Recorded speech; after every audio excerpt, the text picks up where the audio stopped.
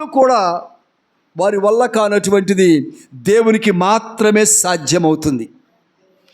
కనుక ప్రభు మీద ప్రతిదానికి ఆధారపడదాం. మరి నిజంగా దేవుని మీద ఆధారపడ్డారు. పెద్ద డాక్టర్ అయ్యిండి కూడా ఆయన అపోలో మెడికల్ కాలేజీలో మరి హెచ్ఓడి, పీడియాట్రిక్ హెచ్ఓడి ఆయన.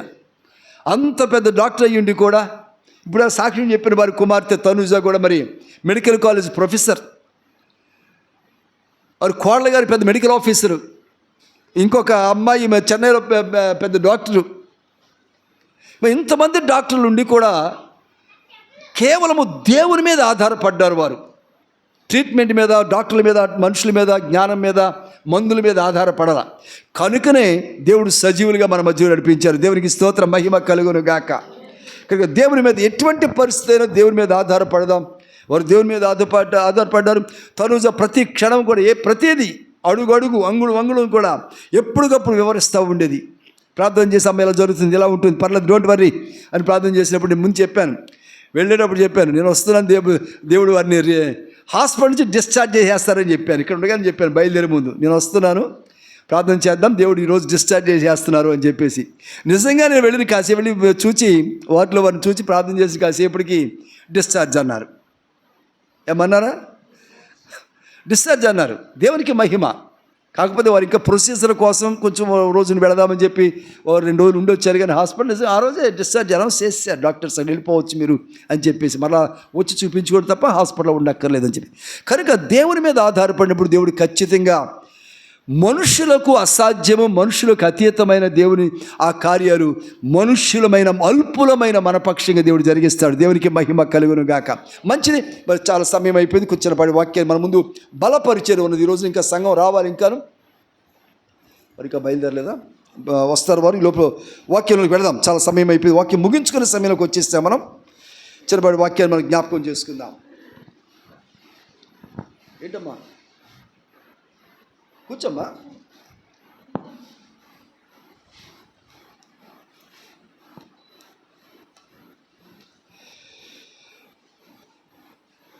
ఇర్మియా గ్రంథాన్ని ధ్యానం చేస్తూ ఉన్నాం మనం ఇప్పుడు. ఇర్మియా గ్రంథం 49వ అధ్యాయము 19వ వచనం చదువుకుందాం. ఇర్మియా గ్రంథం 49వ అధ్యాయం 19వ వచనం. చిరకాలము నిలిచి నివాసులను పట్టుకొనవలని శత్రువులు యొర్దాను ప్రవాహములో నుండి సింహము వలె వచ్చుచున్నారు. నిమిషములోనే నేను వారిని దాని యొద్ద నుండి తోలివేచును. నేను ఎవరిని ఏర్పరుతునో వానిని దాని మీద నియమించెదను. నన్ను పోలి ఉన్నవాడై నాకు ఆక్షేపణ కలుగ చేయువాడేవిడి? నన్ను ఎదిరింపగలిగినటువంటి కాపరి ఏడి? చిన్న ప్రార్థన చేసుకుందాం. పరిశుద్ధుల దేవ, స్తోత్రములు మా తండ్రి. ఈ నెలలో ఈ మొదటి ఆదివారపు దినమును నాయన అయ్యా, ఇచ్చిన ఈ వాక్యాన్ని బట్టి మీ కొందనాలు చెల్లిస్తూ కొద్దిసేపు ఈ వాక్యమును ధ్యానం చేయటం సహాయము చేయండి ఆయన. అయ్యా, ఒక్కొక్కరితో మీరు వ్యక్తిగతంగా మాట్లాడమని, వారి ఆత్మీయ జీవితాన్ని బలపరచుమని నా తండ్రి.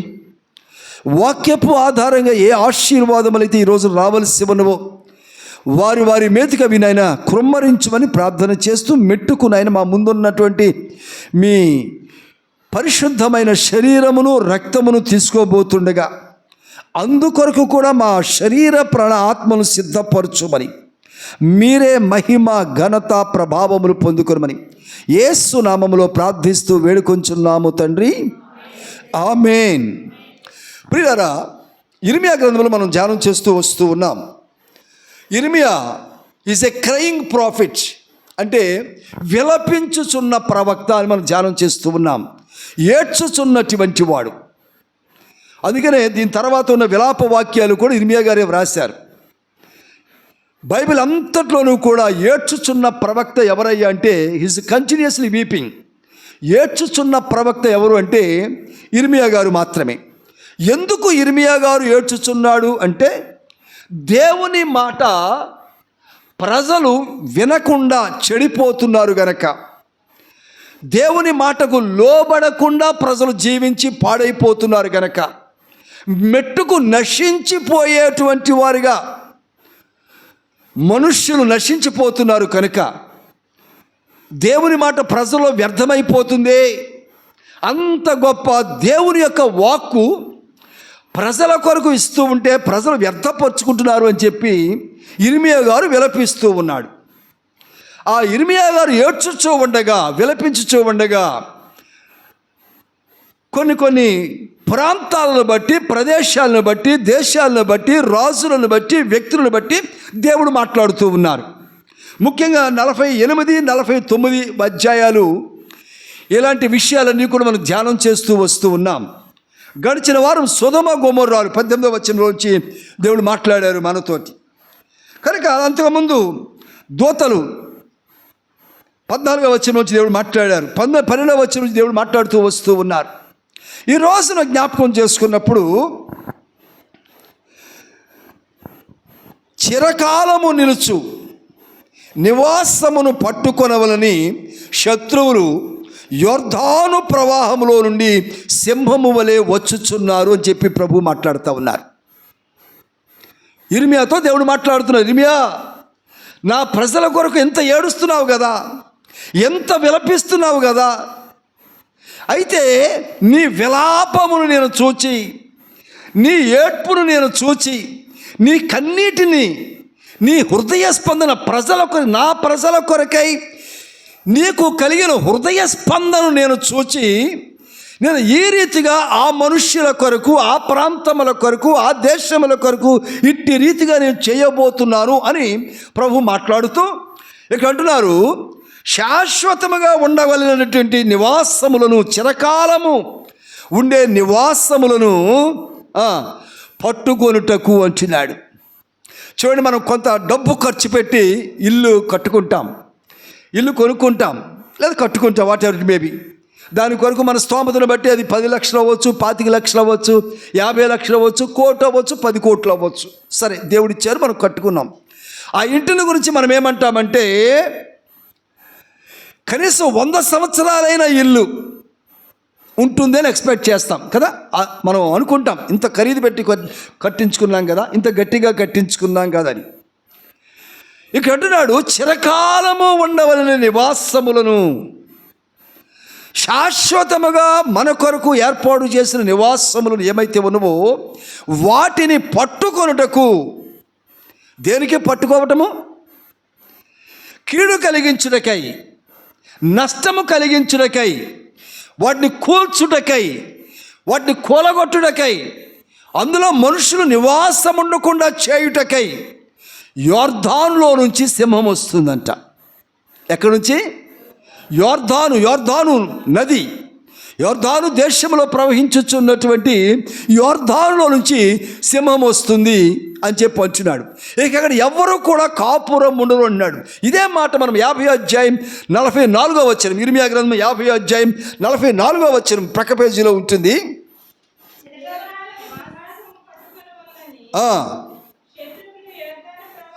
శత్రువులు యొర్దాను ప్రవాహంలో నుండి ఎలా వస్తున్నారంట? సింహము వలె వస్తున్నారంట. ఇందుకే సింహం వలె వచ్చేది ఎవరు? శత్రువులు.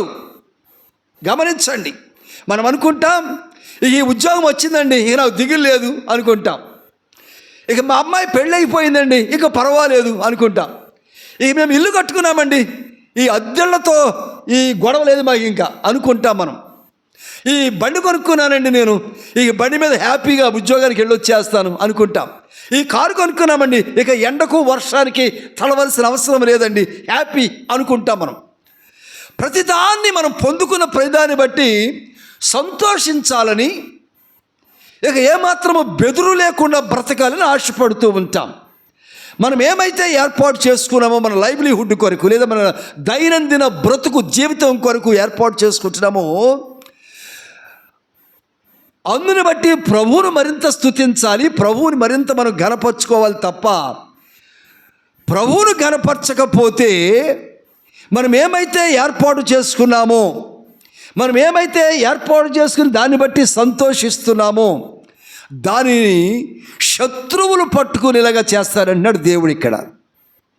ఎందుకు అంటే వారు ప్రభునామాన్ని ఘనపరచడం లేదంట.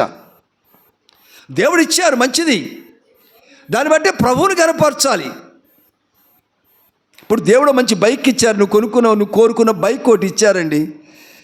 కొంతమంది ఉంటారు ఆదివారం ఆరాధనకు మానేసి ఇక బైక్ దగ్గర పైపోటు పెట్టుకుని కడుగుతా తుడుస్తా అరగదీస్తా కూర్చుంటారు దాన్ని. ఇంకా ఇవాళ ఆదివారం ఆరాధనకి వెళ్ళాలా, ఈ బండి దేవుడిచ్చింది, ఆ దేవుని ఘనపరచాలా, ఈ ధ్యాస ఉండదు. ఆ బండిని తోతా ఉంటారు. కొంతమంది ఉంటారు ఆ ఇల్లు తలుపులు గోడలు రుద్దుతా కూర్చుంటారు. ఇక తెల్లవారు ఆదివారం ఇదే పని. ఇక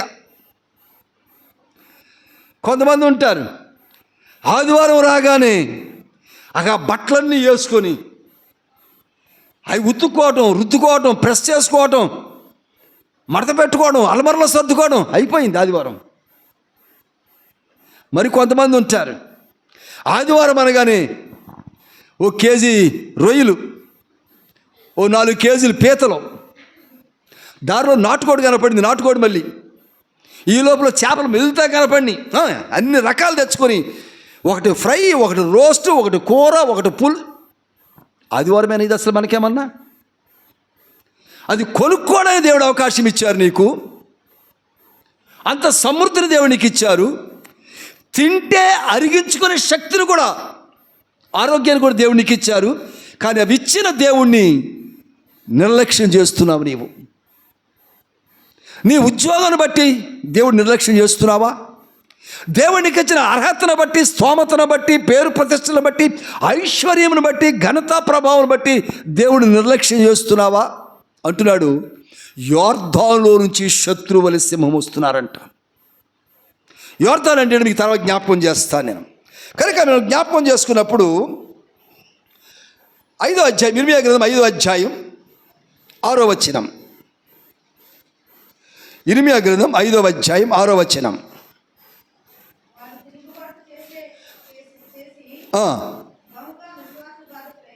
ఏం చేశారంట వారు? తిరుగుబాటు చేసి. ఎందుకు శత్రువు వస్తున్నారు?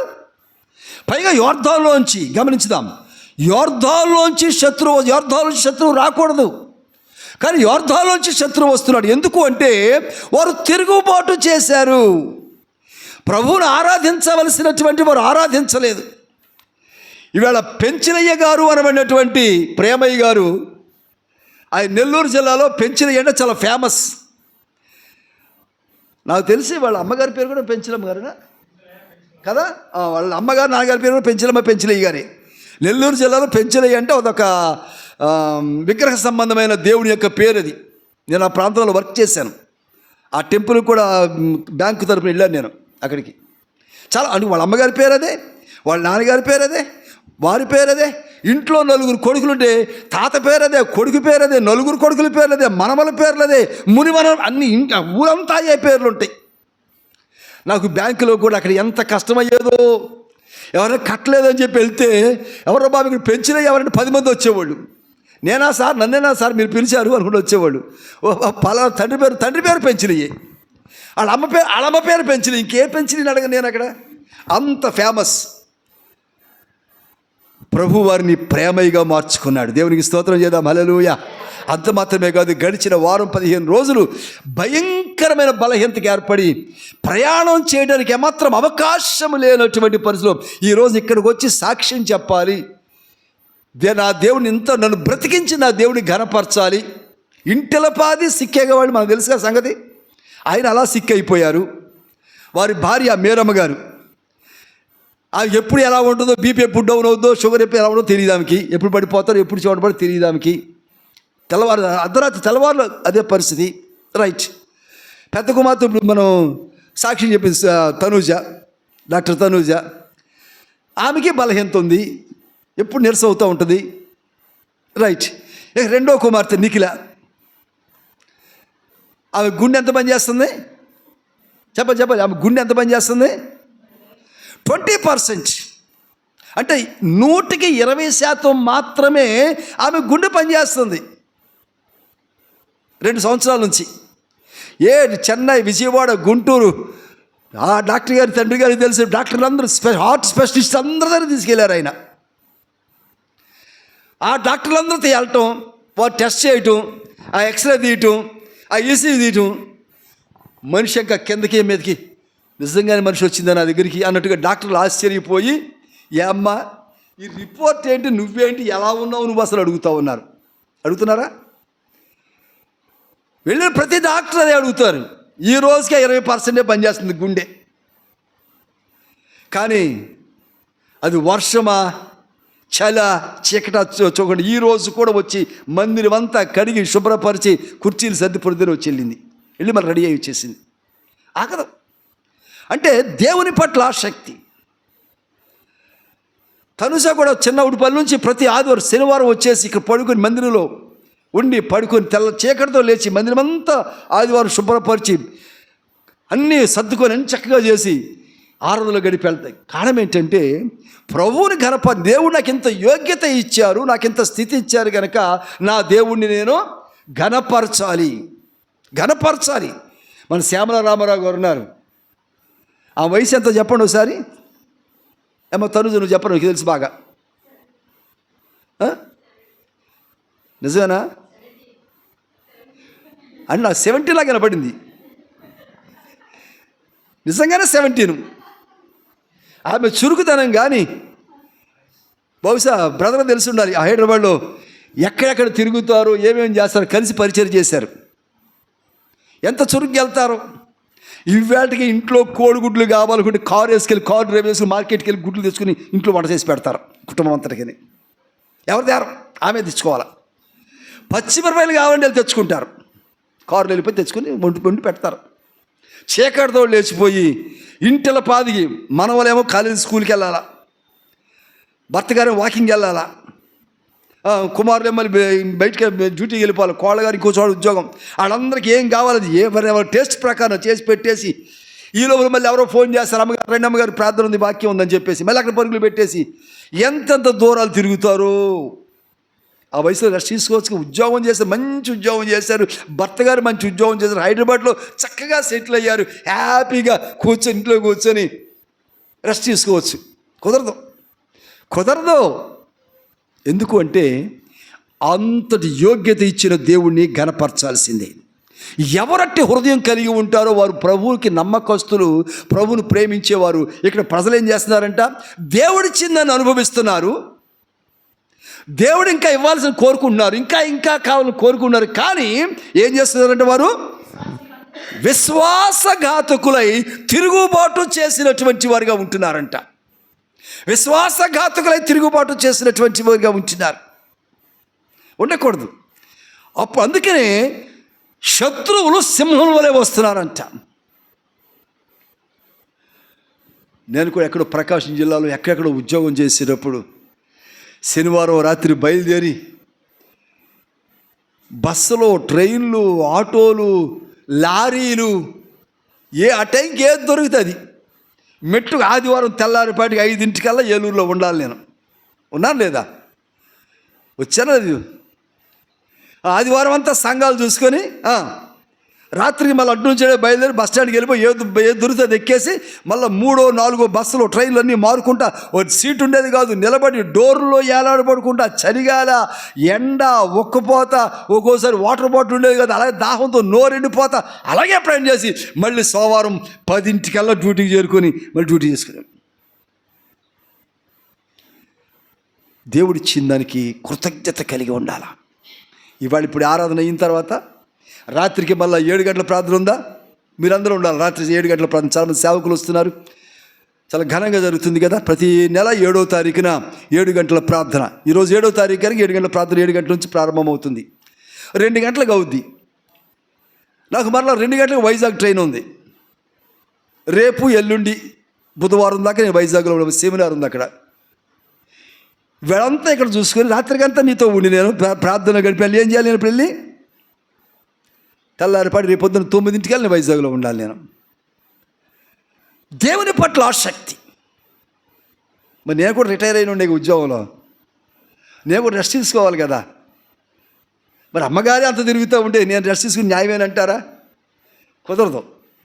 కనీసం అంతకంటే ఇంకొక అడుగు ఎక్కువ వేయలేకపోతున్నాను అనుకుంటాను, కానీ అమ్మగారిలాగా వేయలేకపోతున్నాను నేను. దేవునికి ఎట్లా ఉండాలి మనము? నమ్మకస్తులు. ఎందుకంటే దేవుడు మనకి ఎన్ని ఇచ్చాడో తెలుసా? పశువులకు, మృగాలకు, సింహానికి కూడా ఇవ్వనటువంటి అనేక హంగులు దేవుడు మనకి ఇచ్చాడు. అంత పెద్ద పౌరుషము, బలము కలిగినటువంటి రాజు అంటాం మనం రాజు అంటాం కదా, సింహాన్ని, అడవికి రాజు అంటాం కదా. మనందరం రాజుని చేసాం సింహాన్ని అడవికి. కానీ అదే సింహం ఎప్పుడైనా నేను రాజు అనుకుందా? చెప్పాలా? మనందరం కలిసి సింహాన్ని ఏమన్నామంటే, అబ్బో అడవికి రాజు అండి, ఇట్స్ లయన్ కింగ్ అంటున్నాం మనం. అదే సింహం ఎప్పుడైనా సరే ఈ అడవికి నేను రాజును అనుకుందా? కానీ మనం అనుకుంటున్నాం అలాగా, నాది సామ్రాజ్యం, ఇక నాకు ఎదురు లేదు, ఇక నాకు నన్ను ఎవరు అనేవాళ్ళు లేరు మనం అనుకుంటున్నాం. కనుకనే అటువంటి సింహాలకు లేనటువంటి, గాల్లో ఎగిరే పక్షులకు లేనటువంటి, సముద్రపు లోతుల్లో ఈదుతున్న చేపలకు, తిమింగలముకు లేనటువంటి శోభస్కరాన్ని దేవుడు మనకిచ్చారు. మరి అవన్నీ ప్రభువును స్తుతించి ఆరాధించి గణపరుస్తుంటే మనం ఏం చేస్తున్నామంట? చదువుదాం.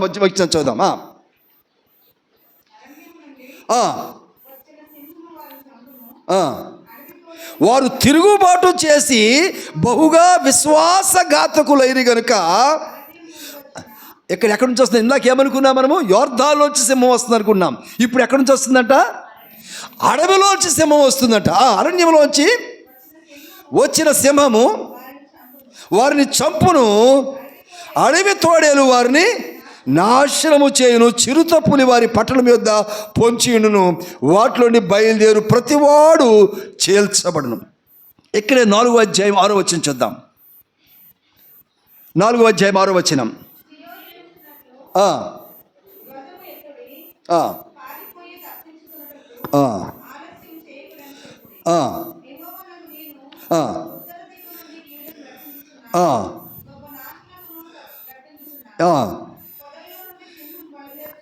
ఎక్కడి నుంచి వస్తుందంట? ఒకటేమో యోర్దాలోంచి సింహం వస్తుంది, రెండోది అరణ్యంలో సింహం వస్తుంది, మూడవది పొదల్లోని సింహం వస్తుంది. అంటే ఎన్ని రకాలుగా వస్తాయి సింహాలు? నువ్వు అరణ్యంలో ఉన్నా సింహాలు వస్తాయి, ఊళ్ళో ఉన్నా సింహాలు వస్తాయి, నదిలో ఉన్నా సింహాలు వస్తాయి, పట్టణంలో ఉన్నా సింహాలు వస్తాయి. నువ్వు ఎక్కడున్నా సింహాలు శత్రువులే వస్తాయి అంట. అందుకని మొదటి పేతురు పత్రికలో అంటున్నాడు కదా, 5వ అధ్యాయం 8వ వచనం అంటున్నాడు, నేను ఎవరిని మృంగుదునాను గర్జించు సింహమలే. నేను ఎవరిని మృంగుదునా అంటే ఎవరిని మృంగడానికి వస్తుంది ఇప్పుడు సింహము? చెప్పాలి. ఎవరిని మృంగుదునాను గర్జించు సింహమలే అపవాది వస్తూ ఉంటేనంటండి. ఇప్పుడు ఎవరిని మృంగడానికి వస్తున్నాడు అపవాది?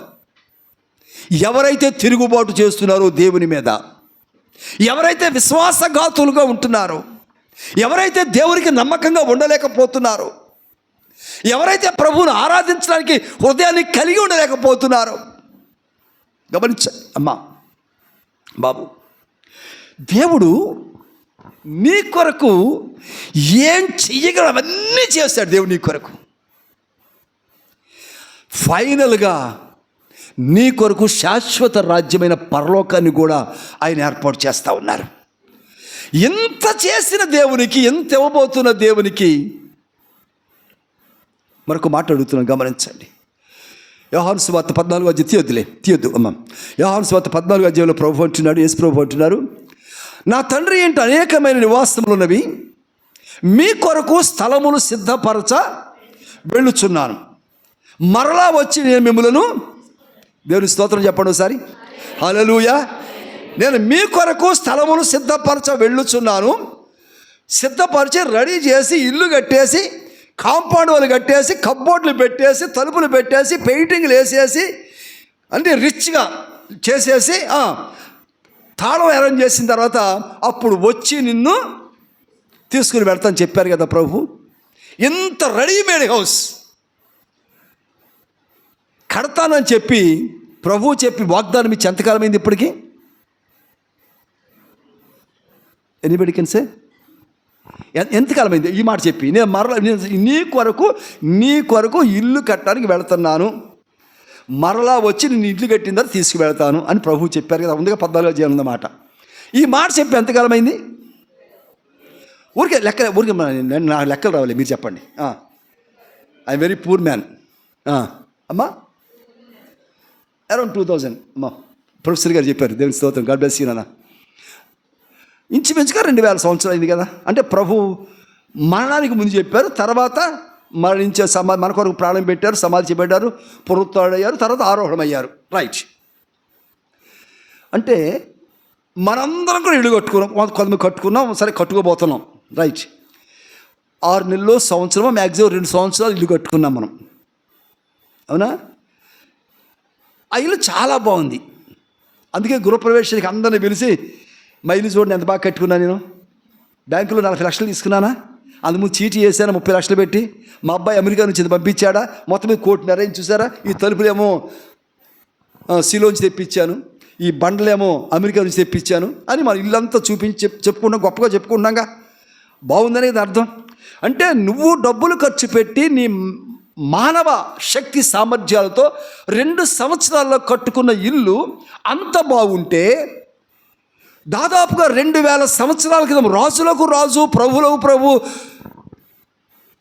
ఆయన ఎంతే గుప్తము లై ఉన్నటువంటి ధన సంపద, కొలసి 2:3 ఉంటుంది. ఆయన బుద్ధి జ్ఞానముల సర్వసంపదలు అయ్యనందు గుప్తములయ్యనవి. యెషయా 45:3 ఉంటుంది. అంధకార స్థలంలో దాచి ఉంచిన ధనమును మరుగైన స్థలంలో నిధులు నీకు ఇస్తానని. అంతటి ధనవంతుడు నీ కొరకు 2000 సంవత్సరాలుగా కట్టుచున్నది. ఇంకెంతకాలం కడతారో నాకు తెలియదు, నాకైతే తెలియదు ఇంకెంతకాలం కడతారు. ఆయన ఇంకో 1000 సంవత్సరాలు కడతారు, ఇంకో 2000 కడతారు, ఇంకో 3000 సంవత్సరాలు పట్టొచ్చేమో. అది నాకని పుట్టప్పుడు అప్పుడు దాకా కట్టే ఇల్లు ఎంత బాగుంటుంది చెప్పాలి. ఇప్పుడు మీరు బాగుంటుందా?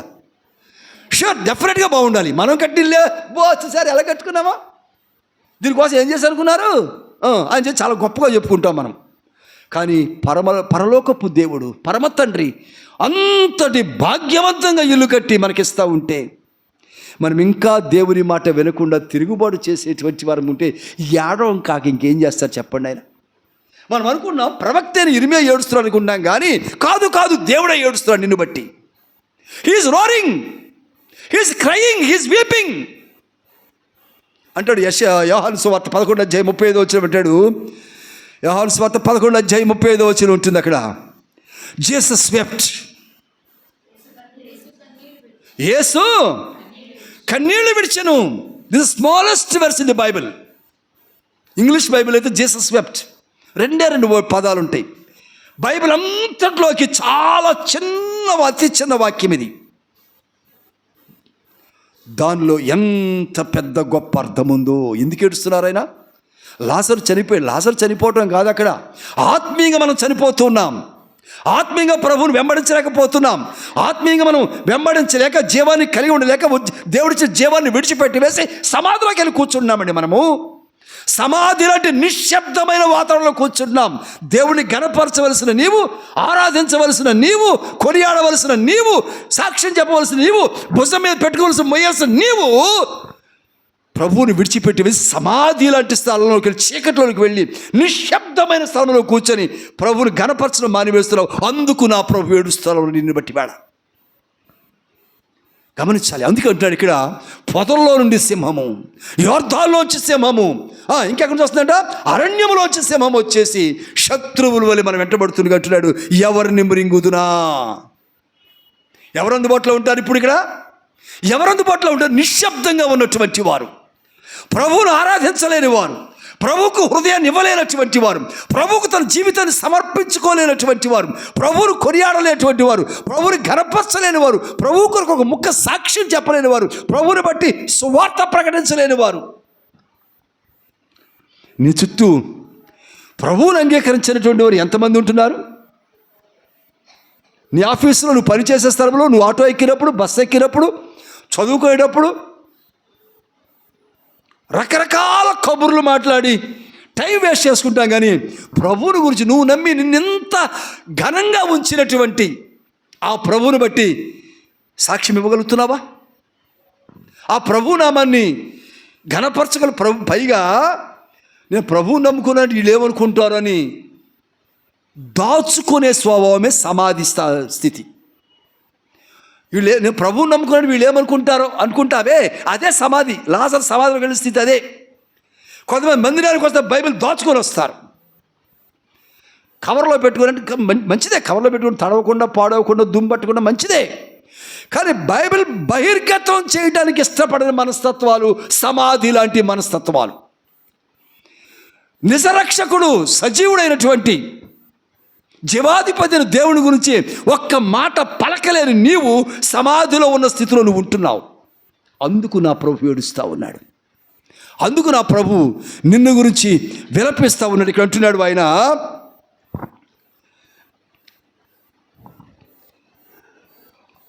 ప్రవాహంలో నుండి సింహం వలె వచ్చుచున్నారు అటు నిమిషములోనే నేను వారిని తోలివేస్తాను. యోబు గ్రంథం 9వ అధ్యాయము, యోబు గ్రంథము 9వ అధ్యాయము 19వ వచనం చూద్దాం.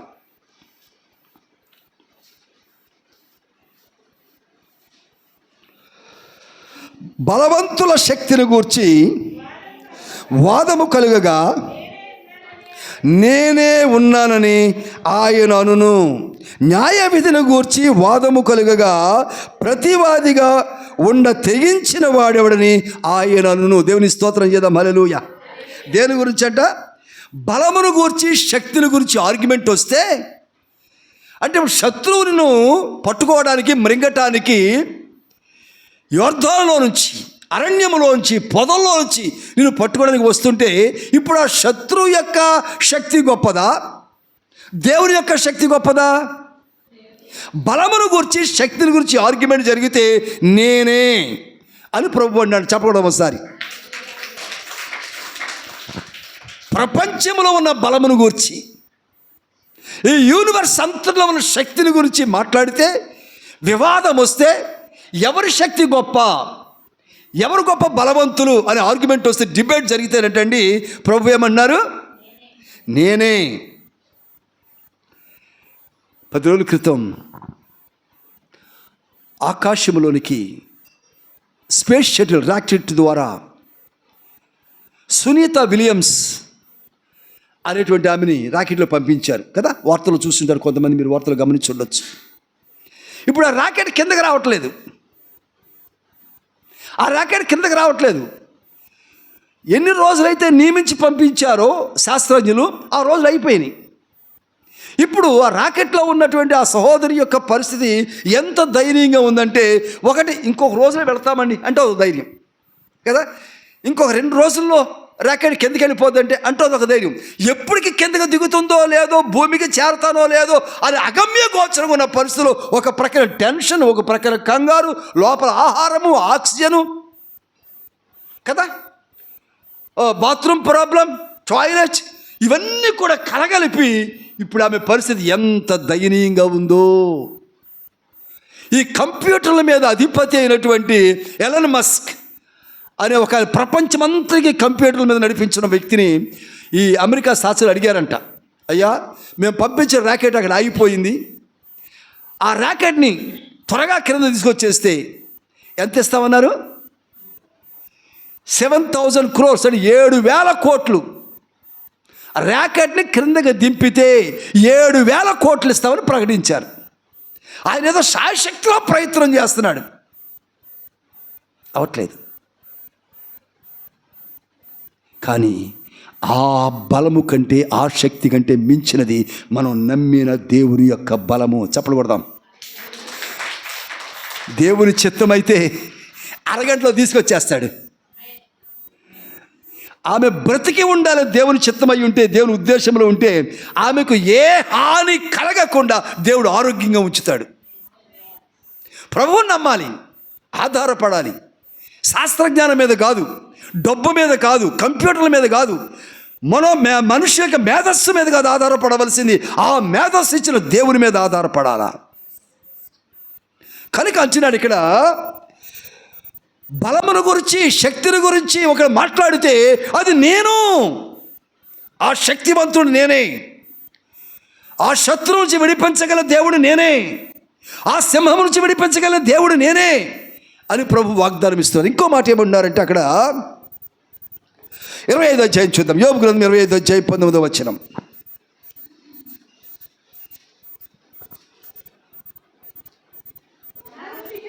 25:9 అమ్మా, క్షమించండి, 25:9.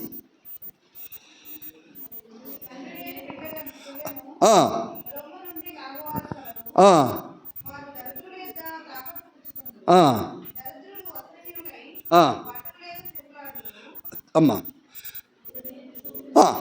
అమ్మా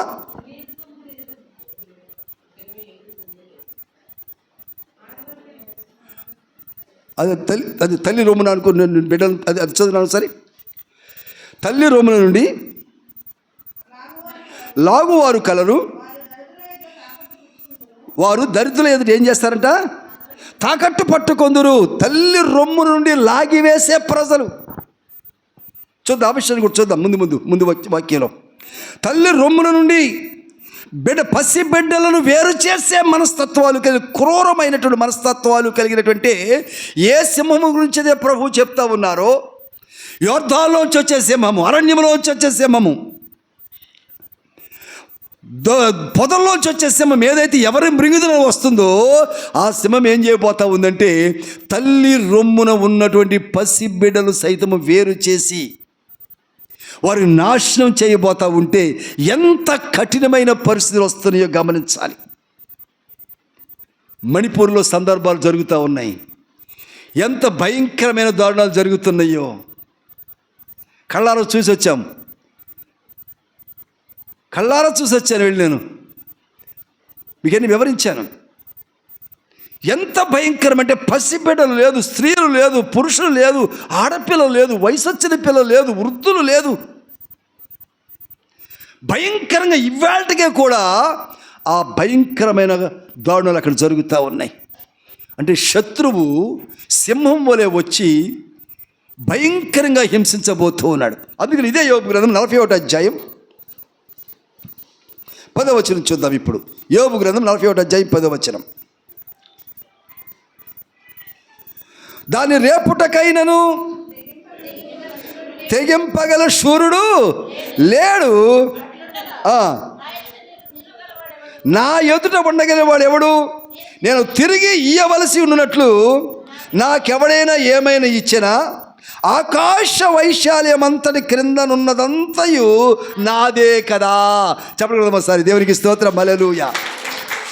ఆ బలము నాది, ఆ శక్తివంతుడు నేనే, నిన్ను కాపాడగలిగినటువంటి బలవంతుడు నేనే. ప్రభు చెప్తూ ఏమన్నా అంటే ఎలాంటి తల్లి రొమ్మున నుండి బిడ్డను వేరు చేయలు శత్రువు వచ్చి నాశనం చేస్తూ ఉండగా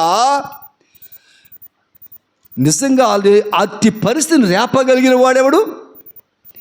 అలాంటి దారుణాలు చేయగలిగిన వాడెవడు అంటున్నాడు ఇక్కడ. అట్లా అది రేపుటకైనను తెగింపగలిగిన శూరుడు లేడు నిజానికి. అట్లుండగా నా ఎదురు నిలవగలిగిన వాడెవడు? ఆకాశ వైశాల్యం అంతటి క్రింద ఉన్నదంతయు నాదే కదా. ఆకాశం క్రింద సామ్రాజ్యం అంతా కూడా ఆయిందేనంట. మరి అలాంటప్పుడు ఎందుకు జరుగుతుంది అంటే మనము తిరుగుబాటు చేసిన మంచి వారముగా ఉంటున్నాము కనుక మరొక మాట అంటున్నాడు ఇక్కడ, నేనెవరు ఏర్పరుతునో నేను వారిని దాని యొద్ద నుండి తోలివేతును. ఇర్మియా గ్రంథం చూస్తున్నాం మనం. ఇర్మియా గ్రంథం 49:19 మూలవాక్యం. నిమిషములోనే నేను వారిని దాని యొద్ద నుండి తోలివేయుదును, నేను ఎవరిని ఏర్పరుతునో వారిని దాని మీద నియమించేదను, నన్ను పోలి ఉన్నవాడే నాకు ఆక్షేపణ కలుగు చేయువాడెవడు? ఎవరిని ఏర్పరుతునో? ఇర్మియా గ్రంథం 25వ అధ్యాయం 19వ వచనం చూద్దాం. ఇర్మియా గ్రంథం 25వ అధ్యాయము. దేవుడు ఏర్పాటు చేశాడు. ఎవరిని ఏర్పాటు చేశాడో చూద్దాం. ఐగుప్తు రాజైన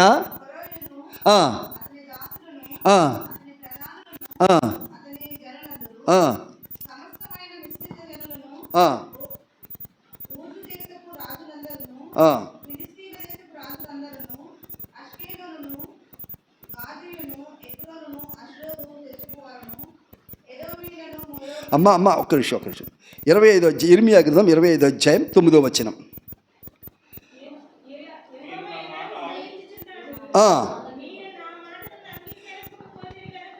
మీరు నా మాటలు అంగీకరింపకపోతిరి కనుక,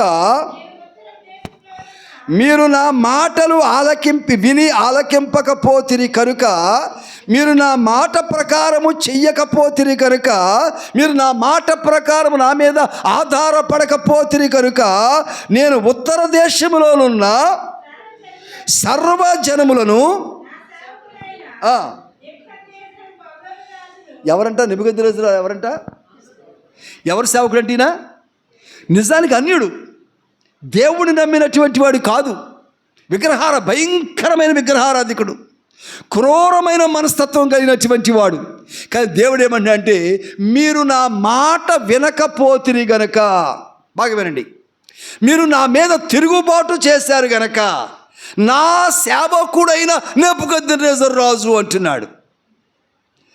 నెబుకద్నెజరు రాజు నిజానికి విశ్వాసి కాదు కదా, ప్రభువు నమ్ముకున్నవాడు కాదు, అన్యుడు, విగ్రహారాధికుడు, క్రూరమైన మనస్తత్వం కలిగినవాడు, మనుషులను ప్రేమించడం చేతకానివాడు, దౌర్జన్యకరుడు, కిరాతకుడు, క్రూరుడు. అటువంటి వాడిని పట్టుకుని దేవుడు అంటున్నాడు నా సేవకుడు అంటున్నాడు. గమనించాలి ఇక్కడ. ఎందుకంటే మనుష్యులము, విశ్వాసులమైన మనము దేవుని మాట వినకుండా తిరుగుబాటు చేసేవారముగా ఉన్నాము కనుక, అన్యుడైనటువంటి వారిని దేవుడు ఏమన్నా అంటే, నా సేవకుడు నెబుకద్నెజరు మీ మీద అధికారిగా నియమించుచున్నాను అంటున్నాడు. మొన్న ఎలక్షన్లు జరిగినాయి, దేశమంతా ప్రార్థన చేశారు. క్రైస్తవులైనటువంటి వారు అందరూ కూడా ఒకే ఒక ప్రార్థన చేశారు. ఏమని ప్రార్థన చేశారు చెప్పండి, చేసిన వాళ్ళని చెప్పండి మీరు. అమ్మా చేశారమ్మా? క్రైస్తవ ప్రపంచం అంతా చేశారుగా. మోదీ గారు గెలవకూడదు అని చెప్పి చేశారుగా. గెలిచాడు లేదా? మరి ఎంతమంది ప్రార్థనలు ఏమైనట్టు? నేను ప్రార్థన చేస్తే జరుగుద్ది, నేను ప్రార్థన చేసి జరుగుద్ది. కొంతమంది ప్రార్థన చేసి ప్రవచనాలు చెప్పారు. అదా ప్రవచనాలు ఏమైపోయినాయి? ఎంతమంది చేసిన ప్రార్థన ఏమైపోయినాయి? మా సంఘం గొప్ప సంఘం అనుకొని చెప్పే వాళ్ళు ప్రార్థన చేశారు. మళ్ళా చిన్న చిన్న సంఘాలు, నాబోడు ఏదో పనికి మాలాడు, అందరూ ప్రార్థన చేశాము. ఎంతమంది దేశమంతటా, ముఖ్యంగా మణిపూరు లేదా ఈశాన్య రాష్ట్రాల్లో క్రైస్తవులు, మన దేశం మనకు కూడా అలా జరుగుతుందేమో అనుకొని చాలా భయపడిపోయి చాలా ఉపవాస ప్రార్థనలు చేశారు, లింక్ ప్రార్థనలు చేశారు. అవునా? పర్టికులర్ టైంలో ప్రార్థన చేశారు, బహిరంగ రోడ్ల మీద ప్రార్థన చేశారు, మందిరాల్లో ప్రార్థన చేశారు, రకరకాల ప్రార్థనలు చేశారు. ఎవరు గెలిచారు?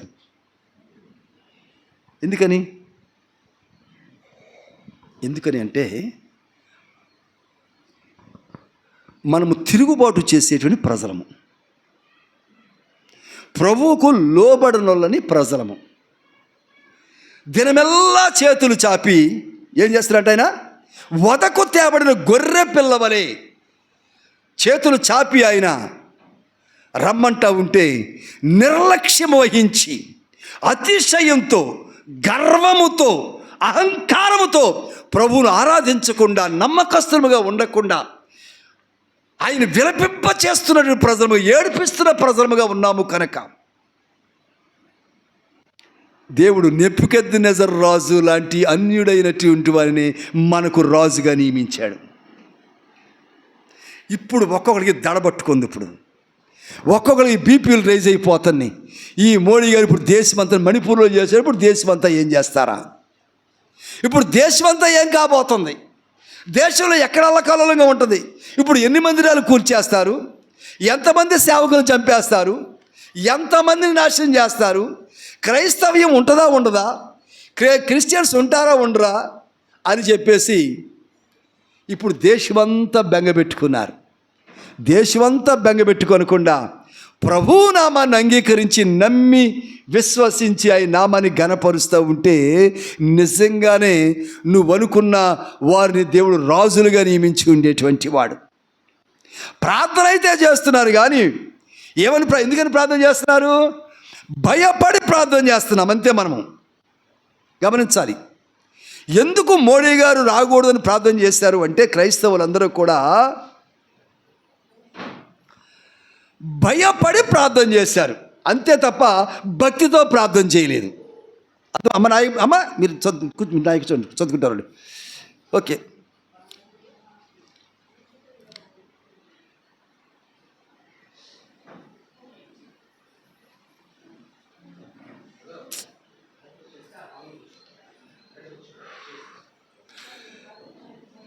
కనుక ఇప్పుడు నెబుకద్నెజరు పరిపాలిస్తూ ఉన్నాడు. ఇప్పుడు నెబుకద్నెజరు క్రూరుని పరిపాలిస్తూ ఉంటే ఇప్పుడు ఏం చేయాలి? ఇప్పుడు మనము రాజుకు భయపడుతున్నాం కానీ దేవునికి భయపడలేదు. గడిచి ఎలక్షన్ ముందు చేసిన ప్రార్థన అంతా అదే ప్రార్థన, భక్తితో చేయలే ప్రార్థన. దేవుడు అంటే భక్తితో ప్రార్థన చేయలే. ఎవరు ఏలుబడిలోకి వస్తారు భయం వేసి ప్రార్థన చేశారు. కనుకనే మన ప్రార్థన అక్కడ గెలవలేదు, మన ప్రార్థన లక్ష్య పెట్టబడలేదు, తిరుగుబాటు చేస్తున్నామంట మనం. అందుకనే ఉన్నాడు దేవుడు ఇక్కడ. అందువలన నా సేవకుడైనటువంటి నెబుకద్నెజరును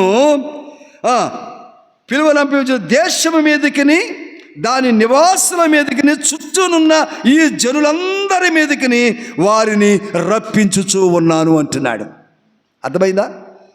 ఎందుకు మోడీ గారు గెలిచి ప్రభుత్వాన్ని ఏర్పాటు చేశారంటే ఇది కారణం. తర్వాత కింద మీద పడుతున్నారు క్రైస్తవులందరూ. మేము ప్రార్థన చేస్తాం. మేము దేనికి? ఆంధ్ర రాష్ట్రం గురించే ప్రార్థన చేశారు, దేశం గురించే ప్రార్థన చేశారు. ఇక్కడ ఫెయిల్ అయ్యారు క్రిస్టియన్స్, క్రైస్తవులు. అక్కడ దేశం కొరకు చేసి అక్కడ ఫెయిల్ అయ్యారు. కారణం ఏంటంటే నిజమైన భక్తి లేదు కనుక. డూప్లికేట్ భక్తి అండి ఇదంతాను. మనం ఆచరించినంత ఫేక్. పాలు కల్తీ, నీళ్లు కల్తీ, గాలి కల్తీ, మనము కల్తీ, మన విశ్వాసం కల్తీ. కనుక నిజమైన భక్తి కాదు మనది. కనుక ప్రభువు ఏమంటున్నారంటే చూద్దాం ఇప్పుడు మనం. నేను ఎవరిని ఏర్పరచుదునో వారిని నియమించదును, నన్ను పోలి అన్నవాడే నాకు ఆక్షేపణ కలుగు చేయువాడెవడు, నన్ను ఎదిరింపగలవాడేడి అంటున్నాడు. ఒక విషయం, సమయం అయిపోయింది, ముగించేస్తున్నాను.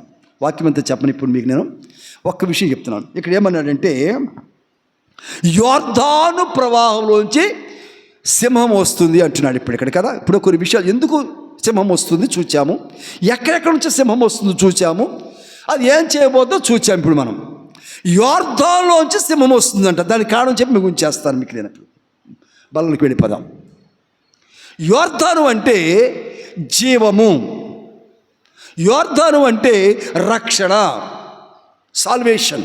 అందుకని యేసుక్రీస్తు ప్రభువు యోర్దాను నదిలో బాప్తిసం తీసుకున్నారు. బాప్తిసం తీసుకుని ఒడ్డుకు రాగానే ఆకాశము నుంచి ఓ గొప్ప శబ్దము ఏమని వచ్చింది? ఇదిగో ఈయన నా ప్రియ కుమారుడు, ఈయనందు నేను ఆనందించుచు ఉన్నాను. దేవుని స్తోత్రం చేద్దాం. హల్లెలూయా. వెంటనే ఒక పరిశుద్ధమైన పావురం దిగి వచ్చి ఆయన మీద వ్రాలింది. ఇది వాక్యంలో ఉన్నది. అంటే యోర్దాను అనేటువంటిది ఏంటంటే రక్షణకు సాదృశ్యము. Right, okay. ఇప్పుడు ఏమంటాడంటే నువ్వు తిరుగుబాటు చేస్తున్నావు గనక, అవిశ్వాసిగా బ్రతుకుతున్నావు గనక, ప్రభువుకు నమ్మకంగా ఉండలేకపోతున్నావు గనక, ప్రభువును ఆరాధించవలసిన విధంగా ఆరాధించట్లేదు కనుక, తిరుగుబాటు చేసి ప్రభువుని విలపింపచేస్తున్నావు కనుక, అన్యుడైనటువంటి నెబుకద్నెజరు రాజును నీ మీద అధికారిగా నియమిస్తున్నాను. అతడు ఏం చేస్తా అంటే యోర్దానులో నుంచి సింహం వలె వచ్చి ఒక్కొక్కరిని చీల్చివేస్తాడంట. ఏమిటి యోర్దాను అంటే, మీలో చాలామంది బాప్తిసం, నీటిలో ముంచబడిన బాప్తిసం తీసుకొని మేము బాప్తిసం తీసుకున్నాం ఇక మాకు డోకా లేదు అనుకుంటున్నారు. మేము నీటిలో ముంచబడిన బాప్తిసం తీసుకున్నామండి, ఇక మాకేమైనా పర్వాలేదు, చనిపోతే ప్రభు దగ్గరికి వెళ్ళిపోతాం, ఏదో ఇక్కడ కొంతకాలం కాలక్షేపం చేస్తాం, ఏదో సంపాదించుకున్నాక 4 రాళ్ళు వెనకాల వేసుకుంటాం, తర్వాత వచ్చి మా పిల్లలకి అప్పచెప్పేసి ప్రభు పిలిస్తే చనిపోతే వెళ్ళిపోతాం, పరలోక రాజ్యం వెళ్ళిపోతాం అనుకుంటున్నారు. కానీ నీ బాప్తిసం తీసుకుని నీ రక్షణ జీవితంలో అంతటి గొప్ప రక్షణ నీకు ఇచ్చినటువంటి, ఎంత గొప్ప రక్షణ నిర్లక్ష్యం చేస్తే రేపటి దినాన్ని నువ్వు ఎలా తప్పించుకుంటావు? కానీ ఇంత గొప్ప రక్షణ నీకు ఇచ్చినటువంటి ఆ యేసే నీ జీవితంలో, నీ విశ్వాస జీవితంలో గణపరచకపోతే, ఆయన ఆరాధించకపోతే, ఆయన నామాన్ని నువ్వు ఎత్తిపట్టకపోతే, ఏదైతే బాప్తిసం అనుకుంటున్నావో, ఏదైతే రక్షణ అనుకున్నావో, ఏదైతే రక్షించబడ్డా అనుకున్నావో, ఆ రక్షణలో నుంచే అది రక్షణ కాకుండా నిన్ను భక్షించే స్థితికి దేవుడిని నడిపిస్తాడంట. అందుకని యోర్దానులోంచి సింహం వస్తుంది అంటున్నాడు. యోర్దాను రక్షణ జీవము, ఇట్స్ లైఫ్. కానీ నీవేదైతే జీవం అనుకున్నావో, ఏదైతే రక్షణ అనుకున్నావో, ఏదైతే క్షేమను భావిస్తున్నావో, అక్కడలో దానిలో నుంచే సింహము లాంటి నెబుకద్నెజరుని తీసుకొచ్చి, అందుకే ఇప్పుడు ప్రభుత్వాలు ఏం చేస్తున్నారంటే నువ్వు బాప్తిసం తీసుకుంటే నీ కులం ఏంటి ప్రారంభించి, మీ అమ్మా నాన్న కులం ఏంటి ప్రారంభించి, నీ బాప్తిసం చెల్లదు, నీ రిజర్వేషన్ చెల్లదు, నీ ఉద్యోగం చెల్లదు, నీ చదువు చెల్లదు, నీ రాయితీలు చెల్లవు అని చెప్పి నిన్ను బహిష్కరించేసి ఇప్పుడు ఏం చేస్తారంటే చివరికి ఓటు హక్కు కూడా లేకుండా చేసి నిన్ను దేశంలోంచి తరిమేసే పరిస్థితులు వస్తాయి ఇప్పుడు. అంటున్నారుగా. ఎక్కడి నుంచి వస్తుంది ఇది? ముఖ్యంగా క్రైస్తవుల బట్టే వస్తుంది చట్టాలని, ఇప్పుడు ప్రభుత్వ మార్గాలన్నీ కూడా వస్తాయి. ఎందుకంటే రక్షణ కేంద్రీకృతం అవుతుంది, బాప్తిసం కేంద్రీకృతం అవుతుంది, ఆరాధన సెంట్రలైజ్ అవుతుంది ఇప్పుడు.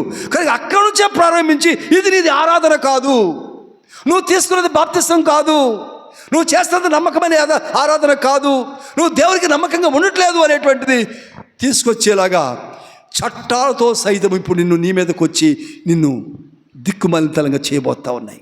దేవుడు ఆయన వేసే శిక్ష ఆయన చేత్తో కొడతాడు అనుకోకండి. స్కూల్లో టీచర్ ఏం చేస్తారంటే టీచర్ ఏం చేస్తారు, తప్పు చేస్తే స్టూడెంట్ చేతి కొడతారు బెత్తించి, అంతేనమ్మా. కానీ దేవుడు చేత్తోనే బెత్తంతోనే కొట్టాలి, అది కాదు శిక్ష అంటే. అన్యులైన వారు, విగ్రహారాధికులైన వారు, అన్యమతస్థులైన వారు, చదువు రాని వారు ఎవరిలో నుంచైనా నిన్ను శిక్షించవచ్చు దేవుడు, ఎట్నుంచైనా శిక్ష రావచ్చు. ఆ శిక్ష తప్పించబడటానికి ఈ రోజున ఈ వర్తమానం దేవునికి ఇస్తూ ఉన్నారు. దేవునికి స్తోత్రం, హల్లెలూయా. కనుక దయచేసి అమ్మా బాబు బ్రతిమలాడుతూ ఉన్నాను మిమ్మల్ని, క్రైస్తవ విశ్వాస జీవితం ఆషామాషిగా తీసుకోకండి దయచేసి. Don't take it as lineal light way. అసలు ఎంత మాత్రము ఇది తేలికైనది కాదు, కత్తి మీద సాము లాంటిది. Sharp edged weapon is there అనగా పదునైన కత్తి, దీని మీద కత్తి తెగకుండా అడుగులు వేసుకుంటూ ముందుకు సాగాలి. భయపడకండి, విశ్వాసం ఉంటే చాలు, దేవుడు మీకు జయమిస్తాడు. దేవునికి స్తోత్రం, హల్లెలూయా. కనుక విశ్వాసంతో ఉండండి, బద్ధకంగా ఉండొద్దు, భక్తిహీనంగా ఉండొద్దు, భక్తితో ఉండండి. దేవుడంటే భయం కలిగి ఉండండి, దేవుని మాట వినండి. ఏమైతే సేవకుల నుంచి వాక్యం నుంచి హెచ్చరికలు వస్తున్నాయో వాటిని ఖచ్చితంగా పాటించండి.